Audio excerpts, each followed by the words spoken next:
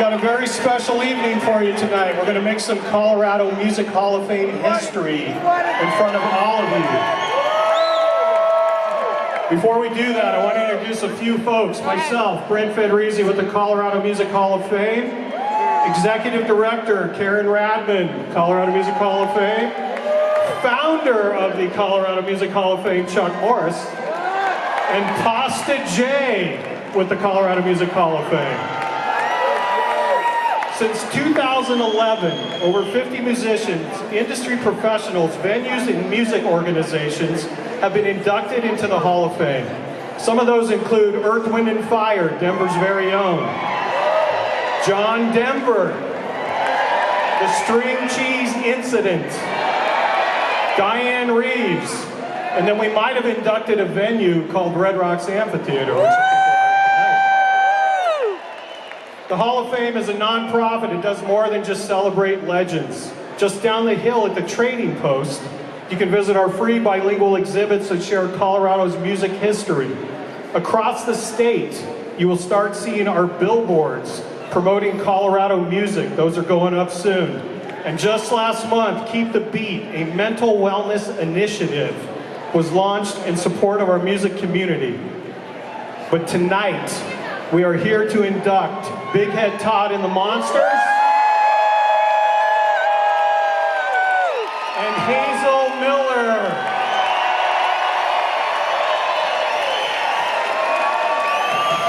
Let's start out with Hazel.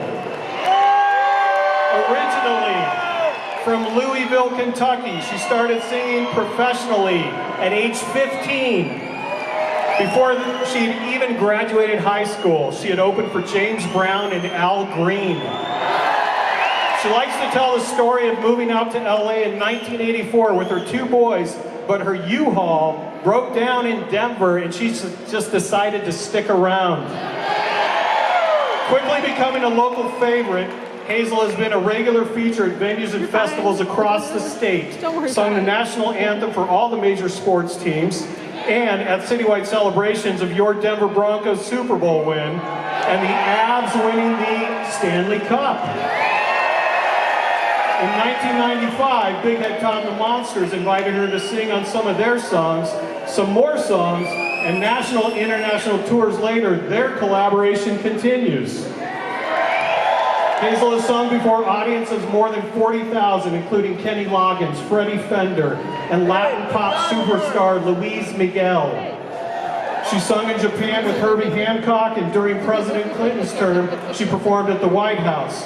Her band, Hazel Miller and the Collective, which has been together for the past decade, and 2 of their members with her for decades more, continue to play 200 to 250 gigs a year. Recently, with her granddaughter joining her often on stage, you know she's a star when you hear her voice welcoming you at DIA as you get on that train that's overcrowded.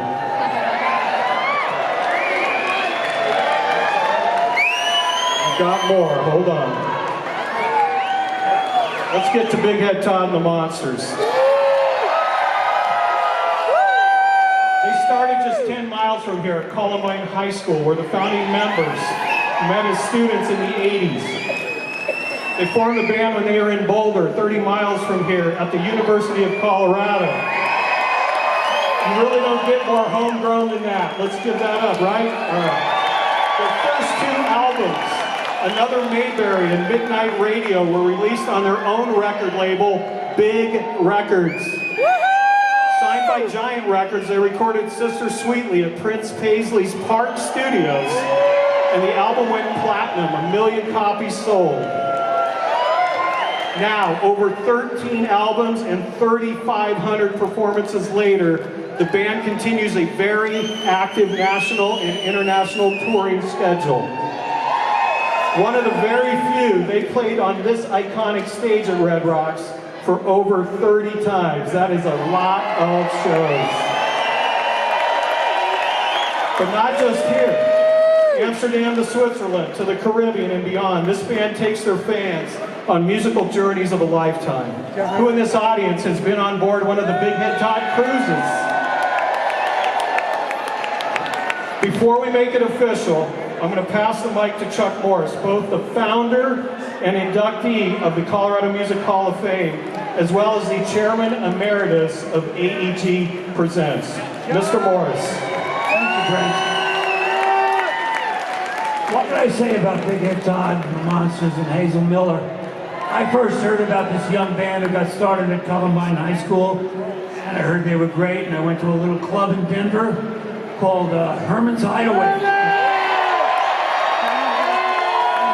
I was already managing bands and promoting shows, and I saw them and they knocked my socks off. It took me a year and a half to sign them to manage them. I took them out to dinners about every 2 weeks. When I finally signed them, after a year and a half, at our signing party, Todd, a very funny guy at times, said, "Chuck, the only reason we took a year and a half to say yes, we were going to say yes right away, but we figured you'd take us out to fancy dinners every week for a year." And that was absolutely true. And he was right. The other great story is when we first had the Sister Sweetly album, and they got their first band bus that they rented, and they were getting ready to do the Sister Sweetly tour, and the band bus, which they rented, they had never been in a band bus. They had been in the old Colonel, the old fans, and they all piled in, but they had their first band bus. So I'll never forget, the band bus pulled up in front of Brian's house, this beautiful band bus they had. And I was going to fly to the second date, and they walked on this band bus, and I was right behind Todd. Todd looked at the band bus and said, "Chuck, I haven't lived in a house this nice in my whole life." Only Todd would say that and mean it. Hazel Miller, what can I tell you? The first time I saw her, she killed me, and she's had such a great career, both within Big Head Todd and the Monsters and on her own, and to have, you know, we consider our family to be inducted tonight probably means more to me than almost any of the other great inductions we have.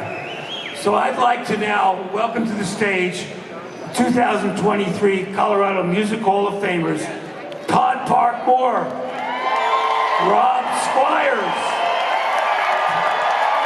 Brian Nevin, Jeremy Lawton, and Hazel Miller.